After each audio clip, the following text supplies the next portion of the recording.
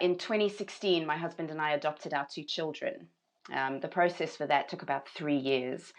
And all the way through the 3 years of training and the various things that we did, I was sat in these rooms where they're telling me about all the different things that, my children are going to have experienced. Early life trauma, it will have affected brain development, it will have created all kinds of challenges that for them as children, they will need to work through. For us as parents, we will need to work through. And I'm sat there going, totally got it. I've got so much information, so much knowledge about the brain, and I'm so empathic, and I'm this and I'm that. I'm going to be amazing at this. Oh, yeah. And then the kids arrived, and I was like, oh, God, I am terrible at this. Honestly, I can't describe to you how much of a failure I felt like I was. Because there's not a lot of more natural things for a woman to do than be a mom. And when you find you're not great at it, it's like, it's almost like you're not a very good human. Like my whole identity sort of fell away a bit. It was very strange, and it led me to feel extremely depressed and completely overwhelmed. And although I never, not for a second, not for a No, I was just going to ask you, do you think that actually more people do feel like you? But because I know, I have had moments of feeling exactly like that. And I've got friends that feel like that all the time, but they don't often share it because it's just so difficult to even say. And then that makes everybody feel that nobody feels this way, but actually they I think, do. yeah, probably, because when I have spoken openly about it, quite a lot of people then say, oh, me too, I felt the same. Yeah. So yeah, but I think, I suppose one of the great things about being in that situation was, as an adoptive parent, I was actually very supported. So we had social workers and we had various people coming in and out who were helping. And to some extent, I was able to say, like, I'm really struggling. But a lot of the times it was just sort of battered away. Of course you're struggling. Like, you've just taken on a 7-year-old and a 17-month-old, and overnight you've become a mom of 2. Of course it's going to be hard. Like, just go easy on yourself. But I don't think even then I was able to communicate fully, how stuck I was, and how I didn't feel like I was actually able to access any of the resourcefulness within myself to be the mom that I thought I was going to be. And yeah, at no point did I ever regret the adoption. It was always very clear to me that that was the best decision I had ever made. But the feeling that I had was that I had somehow really screwed them over by being their mom. Like, the whole time I was thinking they could have had somebody good, and now they're stuck with me. Like, this is a total balls up, for want of a better way to put it. Don't say that. No, yeah, it must have been horrible feeling that feeling. Yeah, it was. It really was. And at that point, I think that went on for a while. And although in my memory it feels like it was a day when I woke up, I'm pretty sure it must have happened over a period of time where I basically was like, right, you are their mum. So now you've got a choice. You can either wallow in this feeling of like, oh God, what have I done? I've messed it up for them. Or you can get up and start figuring it out. And so I started, it sort of led me to realize that a lot of the stuff I'd been using in the corporate world in terms of habits and psychology really only scratched the surface. It was all true and it all worked as long as you're feeling resourceful and positive.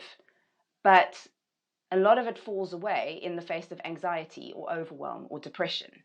And so that led me down another road, which was like, okay, when it feels like the ground has gone out from under you, then how do you access the resourceful part of you? How do you start climbing out? And sort of learning that process for myself led me down roads that I didn't expect it to. And I ended up learning things that I had no idea about. And that sort of got me thinking, gosh, I think probably a lot of people don't know this stuff. So that made me pivot to more kind of one-to-one personal coaching, because the work that I do now,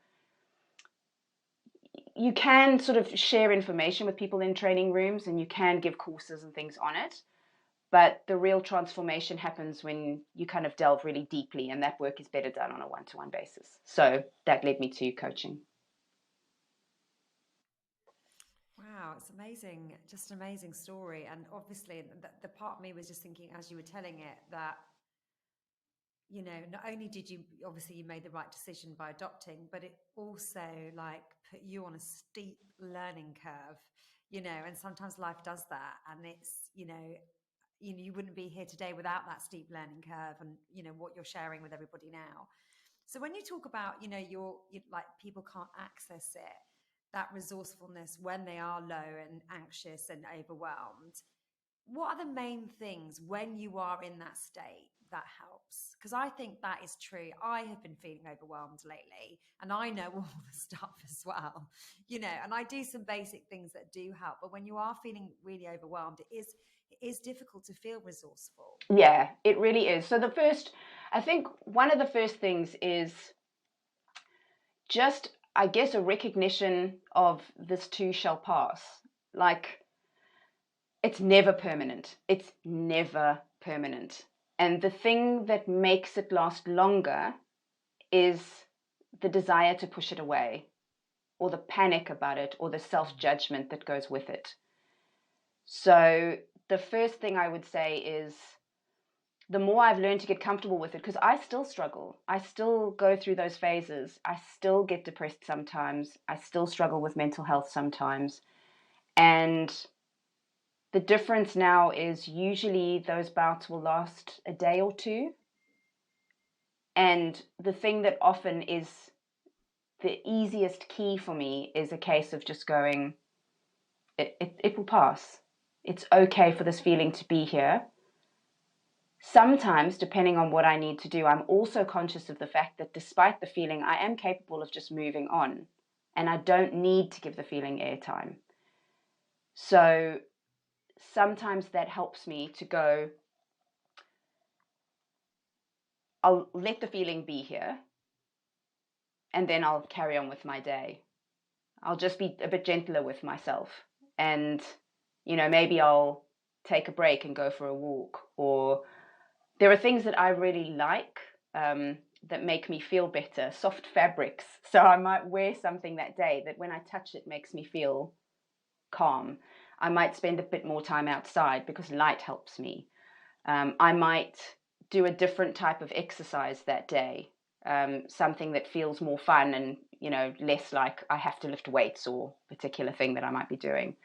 The things that I think help are for people to learn the answers to those things themselves. I think the more self-awareness you build, the better able you are to be there for yourself. In the program that I run, well, I say I run, it's launching in November. There are 4 pillars. There's neuroscience, nutrition, habits, and healing. And so I guess to answer the question, I would say understanding, beginning to set yourself up to do things that help your brain function. Because one of the things that I learned is, like, if you imagine your brain like a science lab or a pantry, in order for it to do its best work, all the jars and all the bottles in that lab or pantry have to be full of the things that they need. Otherwise, you can't make the recipes. You can't do the things because the jars and the bottles are empty. And so that kind of leads a lot to the nutrition, but also to habits, mindset, kind of doing things that optimize the functioning of your brain. Really good resources for that. My favorite is Dr. Daniel Amen.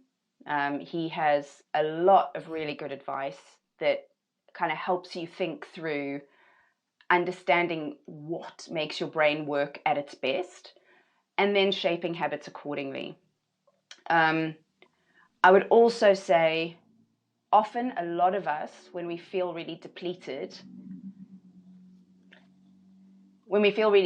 a lot of us turn to habits that will make us function worse.